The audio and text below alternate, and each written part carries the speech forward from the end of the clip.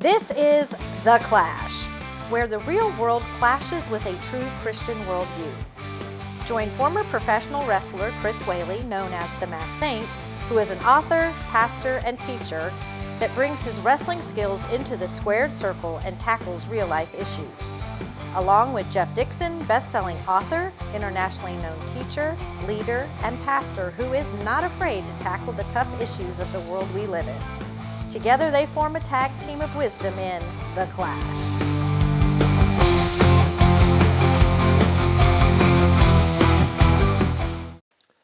Hi, welcome to The Clash, where we take real life and allow it to clash up against a Christian worldview. And when we're done, hopefully, we come away with something that's encouraging, helpful, useful, and maybe, just maybe, we'll get you to look at the world just a little bit differently and maybe with a lens where you can look at the world and see the world with God's eyes just a little bit. Now, This is the Masked Saint without the mask, Chris Whaley.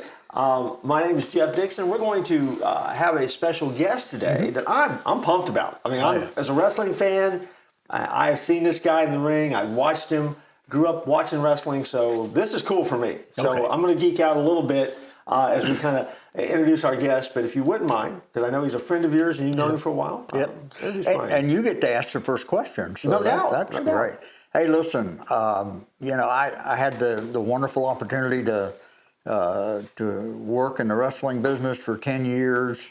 I was never a star like this guy that we're going to talk with today, but not only did I enjoy professional wrestling, I'm also a fan of professional wrestling. And there's just a couple of people in the business that I was a big fan of. And this is one of those guys. I'm just a big B. Brian Blair fan. And we have the great opportunity today to have one of the killer bees with us, B. Brian Blair. Brian, thank you so much for being with us today. Well, thank you, Chris. I'm very humbled by your words. It's my honor, my pleasure to be here. Hey, Jeff, kick it off. Well, we're excited about it. And we're trying to maximize our time here. So, I mean, my first question is always, how in the world did you end up in the world of professional wrestling? I mean, at what point in your life did you say, this is it? And then how did you get there from when you decided that? Okay, I'll try to make this quick. I grew up in Gary, Indiana, in like the armpit of the world. And when I was a little boy, my parents took me to church. And then one day I got to go to big people's church with them, and the sermon was on the power of prayer. And this is my first time. I'm very intent. So I'm listening to the pastor preach, and he said, if you're a righteous person, a good person, God's going to answer your prayers. He said, it might not be today, it might not be tomorrow, but God will answer your prayers. So at 8 years old, around 8 years old, I hear this, and man, that hit me really hard. So when I went home, I started thinking, what am I going to pray for? What am I going to pray for? And I said, well, maybe I'll pray for $1 million. And I thought, no, I'm too young. They'll take it away from me. And I enjoyed building model cars. And I had a couple of Corvettes that little plastic model cars, a blue one and a red one. And I said, I'll pray for 2 Corvettes. And I said, I don't have a driver's license. They'll take them away from me too. And I started thinking, and I said, I know I'm going to pray to be Superman. So I could not wait to pray because I had been thinking about this all Sunday. And it's time to go to bed. And Mom comes in. Now I lay me down to sleep. I pray the Lord my soul to keep. She leaves, and I got on my knees for my secret prayer. And I said, Dear God, please make me Superman. I want to be Superman. Can you please make me Superman?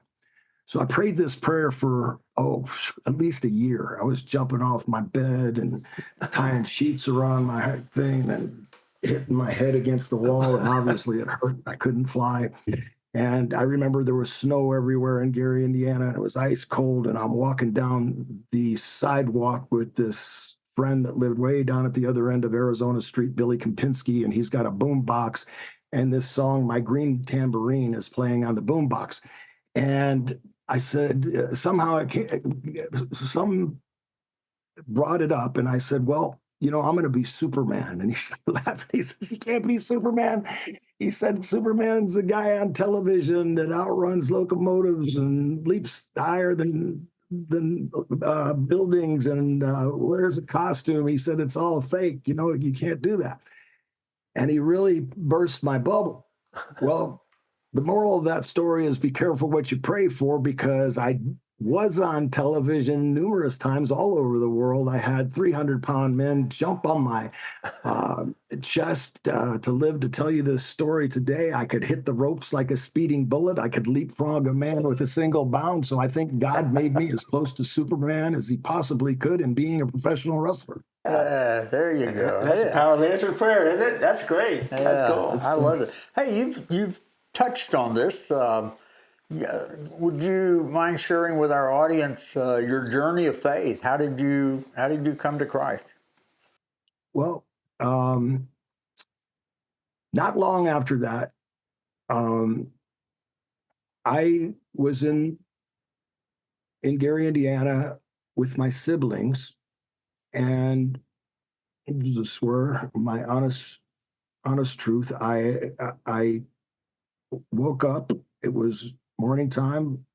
I usually was quick to get up. The other kids were sleeping, and I see three beings, and I was wide awake. I saw them, and they kind of had a shape like a bear head, and they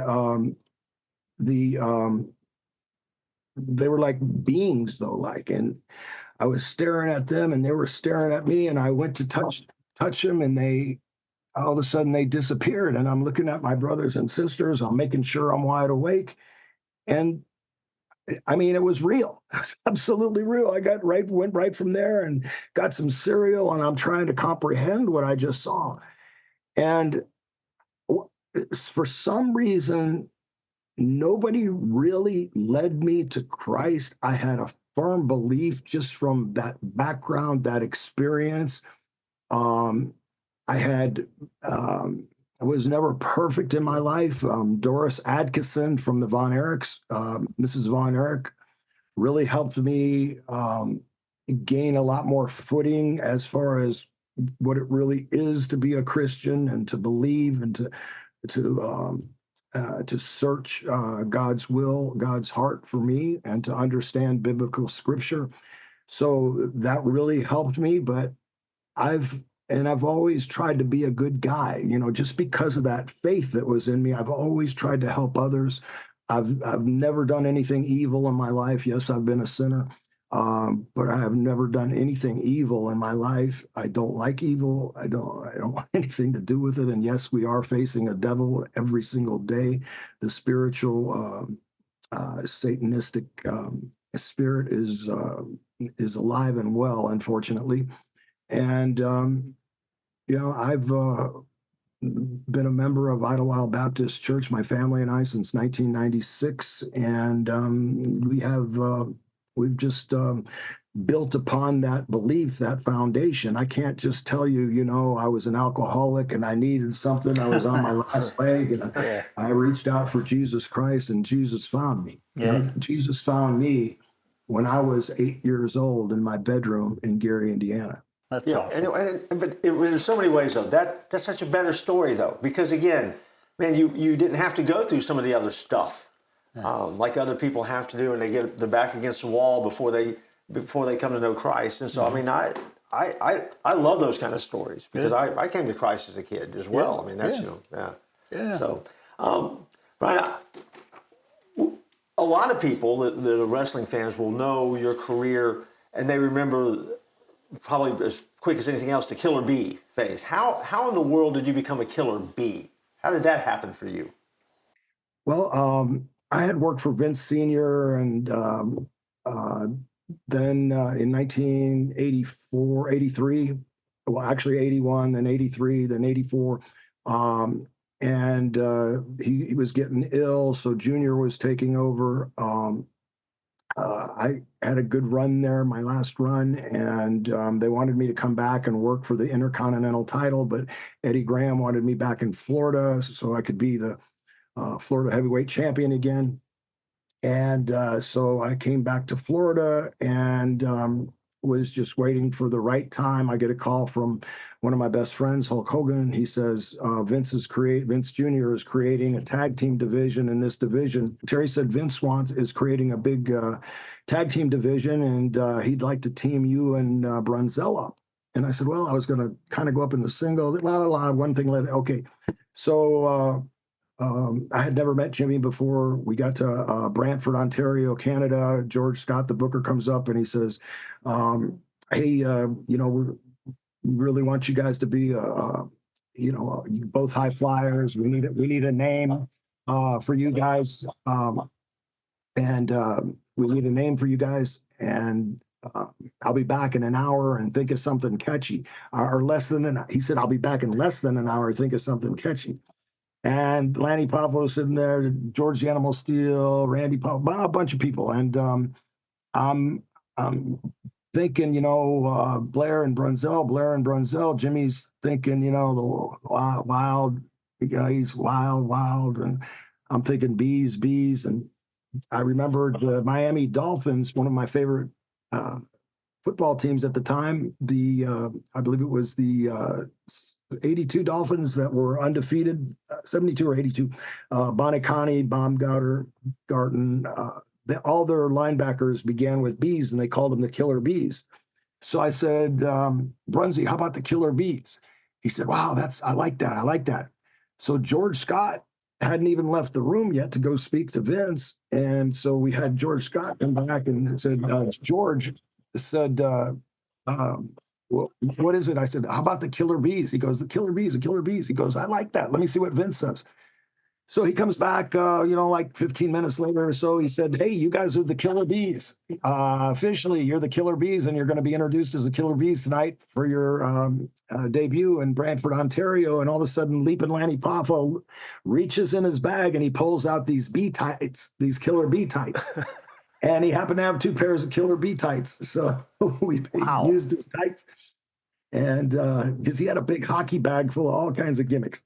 It was funny. God bless Lanny. And so the Bees were born in Brantford, Ontario in 1984. Man, that's awesome. Jeff, Brian was trained by the great Hiro Matsuda. Wow. Okay. Who also trained Lex Luger, I think. He trained Hulk Hogan.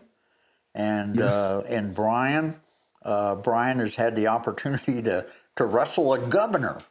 How many people have wrestled? He wrestled Jesse Ventura in Missouri. Okay. They had their run-in. And if you remember, one of the first pay-per-views was Antonio Inoki against Muhammad Ali. Right. It was boxer fight. Yeah. Yeah. Brian has also worked against Antonio Inoki. He has just done so much in the wrestling business, and I can't wait to talk to him more about that, and also some other great things that he's involved in. But I think we got a break coming up. Yeah, we're going to take a break and pay a couple bills here. So, Brian, if you'll stick with us for a second, we're going to let everybody take a break, take a breather, and we're going to come back and then got some more questions for you. And I'm going to tee up a first question. I want to know a little bit about this thing called mask confusion. Okay. And you kind of explain that to me a little bit, if you can. And we'll go from there, okay? Okay. All right. We'll be back.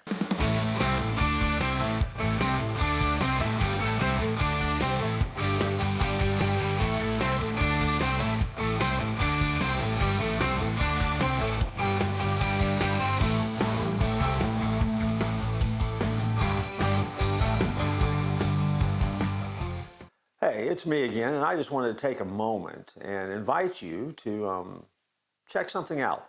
It doesn't cost you a dime, but I think that it's something you might really enjoy. The Church at 434, where I'm the pastor, where Chris Whaley is on staff, we have an app, and that app is absolutely free. You can find it by going to the App Store for iPhones. Just type in the Church at 434, or go to Google Play for Android phones. Again, the Church at 434. And when you get there, you're going to find a number of resources that are designed just for you to encourage you in your spiritual growth, in your walk with Christ. There's going to be some things that will entertain you. that you'll laugh at, that will be fun. And you can also tap in and watch our worship services. You can see some of the films that we've made. You can see some of the activities that we've got. And you can connect to the ministry of the Church of 434, where Chris and I are a part of that on a weekly basis. And we would love for you to join us and become a part of that network with us. And so check out the Church at 434 app in the App Store or in Google Play, and you can visit with us there. Also, you can email us right through that app, and we'd love to hear from you. Just say, hey, I got the app, and I like it. If you get the app and you don't like it, we don't want to hear from you, but that's a whole different thing. Let's get back to the Clash. Welcome back. We are here, and we are continuing our conversation here on the Clash with Brian Blair. And as promised, just before we took the break, Brian, I got to ask about mass confusion. How in the world did that happen? How did that tactic come about? Where did you guys get that idea? We were in Canada, and a gentleman named Billy Red Lion, he was before us, and he tag teamed with his brother as bad guys, and they used to put on masks and switch. Okay. And he said, you and Jimmy are so much alike in stature. As baby faces, I think it would really get over if you let the heels get enough heat on you and you put those masks on and you fight fire with fire and you switch and, try it out, just an idea. And Jimmy and I said, well, both of us love the idea. So we had Olivia Walker make us a couple masks, and then eventually, obviously, we had more made, but we had a Saturday night main event coming up with the Heart Foundation, and we were supposed to win the belts from them, and something happened regarding that. There's a long story in winning the belts, but we still were on the Saturday night main event segment, which turned out to be the highest, which is on NBC at the time. They did once a month for a year was their contract at that time in 1985. And we did the mask switch at the time, and Lord Alfred Hayes helped us name it Mass Confusion. So that's where that came Wow. from. Lord Alfred Hayes was his idea to call it Mass Confusion. Billy Red Lions first with the mask concept, and then Lord Alfred Hayes, Lord Alfred Hayes, who was a commentator at the time, came up with the Mass Confusion. And it was hot. If Vince, we had Jimmy and Vince were like oil and water, and they constantly were butting heads. And we had action figures, we had all kinds of stuff. And had, Vince came out with a mask to sell to the public, he would have made a fortune. But, all good things come to an end sometime. Yeah. Well, I'm glad you brought up Bret Hart, because in his book, he said that the best tag match he ever had in his career was against the Killer Bees. That's quite a compliment there coming from Bret Hart. That's a big compliment coming from Bret Hart, because he's wrestled all of them. Yeah. And we loved wrestling the Hart Foundation. They were great. Yeah. Bret's a super talent, super guy. I mean, the whole Hart family, the Knights, Harts, the Harts, all of them, they're friends. Well, still to this day. I want to hear about something that you are very, very passionate about. It's a great organization. Matter of fact, I am a lifetime member of the Cauliflower Alley Club, and you are the president of the Cauliflower Alley Club. Matter of fact, you took over for Nick Bockwinkel, I think, didn't you? Yes, I did, Chris, about 11 years ago. Yeah. And tell us about it. We're getting ready to have our 59th reunion in August, which is in Las Vegas at the Plaza Hotel and Casino. And anybody can become a member by going to caulifloweralleyclub.org. And if you like professional wrestling, we're probably the most efficient, effective charity on the planet. We've just since our last reunion in August, we've given away over $70,000 to over 47 different people, causes. And unfortunately, people in the wrestling industry a lot of them make a lot of money, and they just either have no insurance and get sick. So something happens, they didn't pay their taxes. We've saved a lot of houses because, a lot of people didn't pay tried to get, skimp on their taxes. And then in some states, you had to pay state taxes.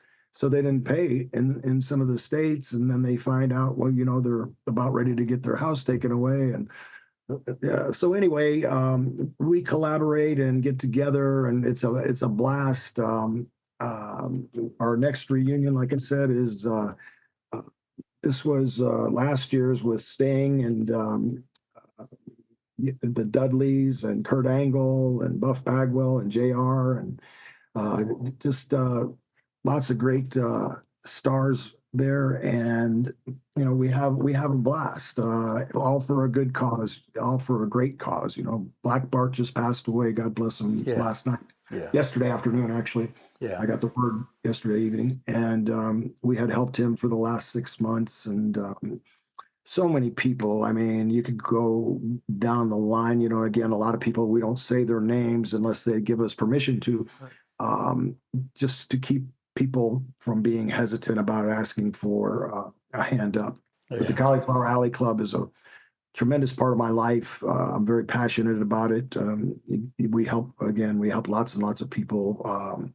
Even if you were a referee, an announcer, something happened to you, Chris, you'd be eligible, for assistance. I know you save your money, but you never know. Anybody can fall on a difficult financial time, and we're always there to help.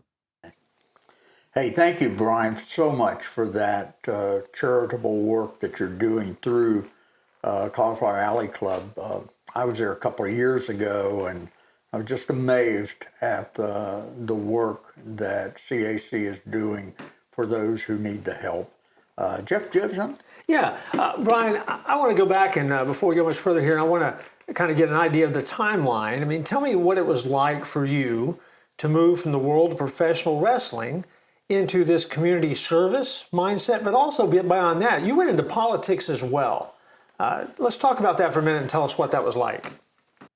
I have just always enjoyed helping people, Jeff, and I always thought of community service politics as, applying business. My wife and I started Gold's Gyms in Tampa. We started with one, built 4 of them, sold them when they weren't for sale, which is the best time to sell anything.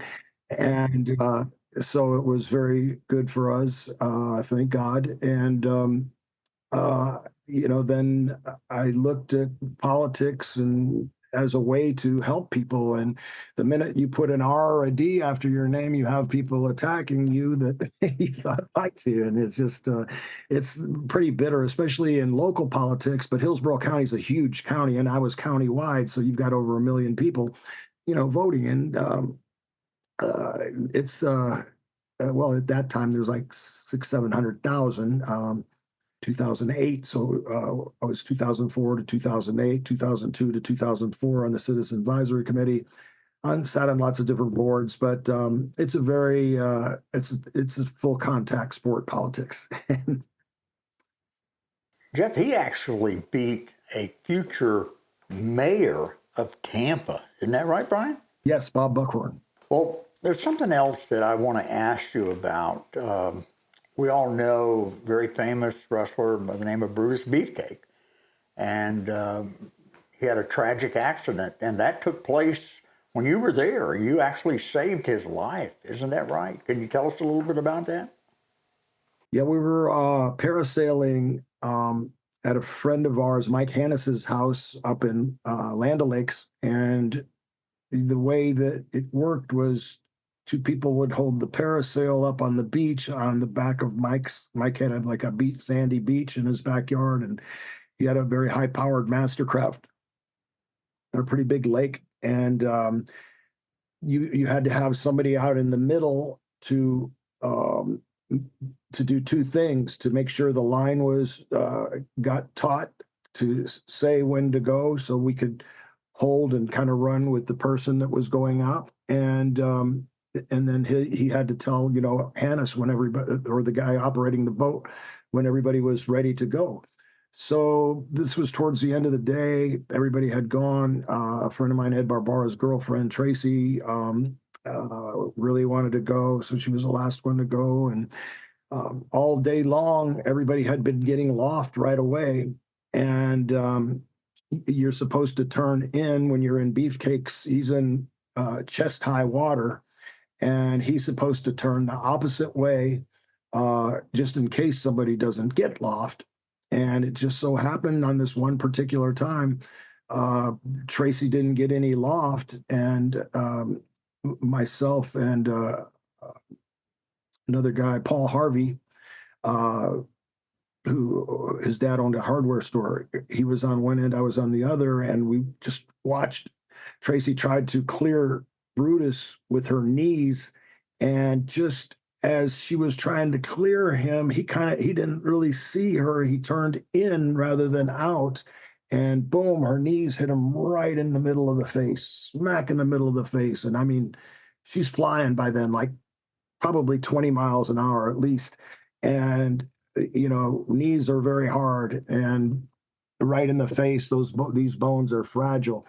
And he dropped straight into the water. So I dove immediately straight into that water, and I'm feeling around, finally I find Eddie Beefcake, and I drag him to the shore. I get him almost to the shore, and Paul Harvey comes in and he helps me. We get him right up at the end of the shore, and I sat him up and hit him in the back. Water's coming out of his mouth, and he really didn't lose consciousness. I'm saying, Beaver, open your mouth, open your mouth.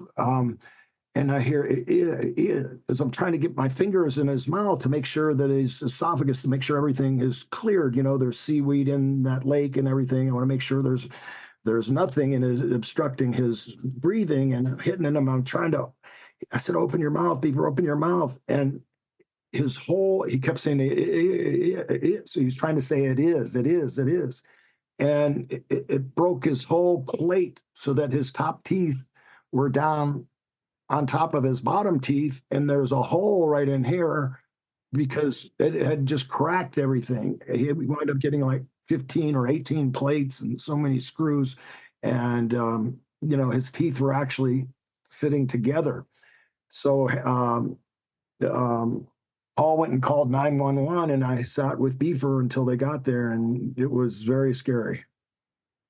Well, thank God you were there, Brian, to save him, and I know he is eternally grateful that you were there that day. Jeff, we need to close this thing out. We are, not because we want to, we're having a great time, but because if we don't, people will quit watching us because the show will be over with. So, one more thing. Brian, tell us about your book. Oh, yeah, okay. It's Truth Be Told on Amazon, and I promise you'll like it. It's a great book. It's 5 stars. You can get it on Amazon today, and or you can go to thekillerbstore.net, and I can autograph it for you. But also, Chris Whaley's got a super book, The Masked Saint, which was a great movie, which I truly enjoyed, Chris. That was awesome, and I enjoyed your book as well. So I appreciate that plug very much.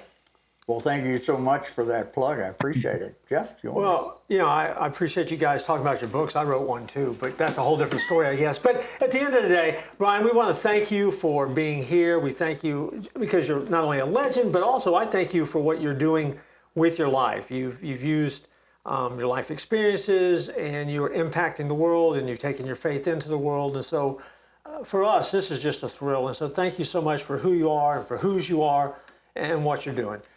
Chris, what do we need to say before we get out of here? Hey, man, Brian's life has affected mine. Hope it's affected yours. Maybe you can go out and do something great. And when you do that, just remember, don't tap out.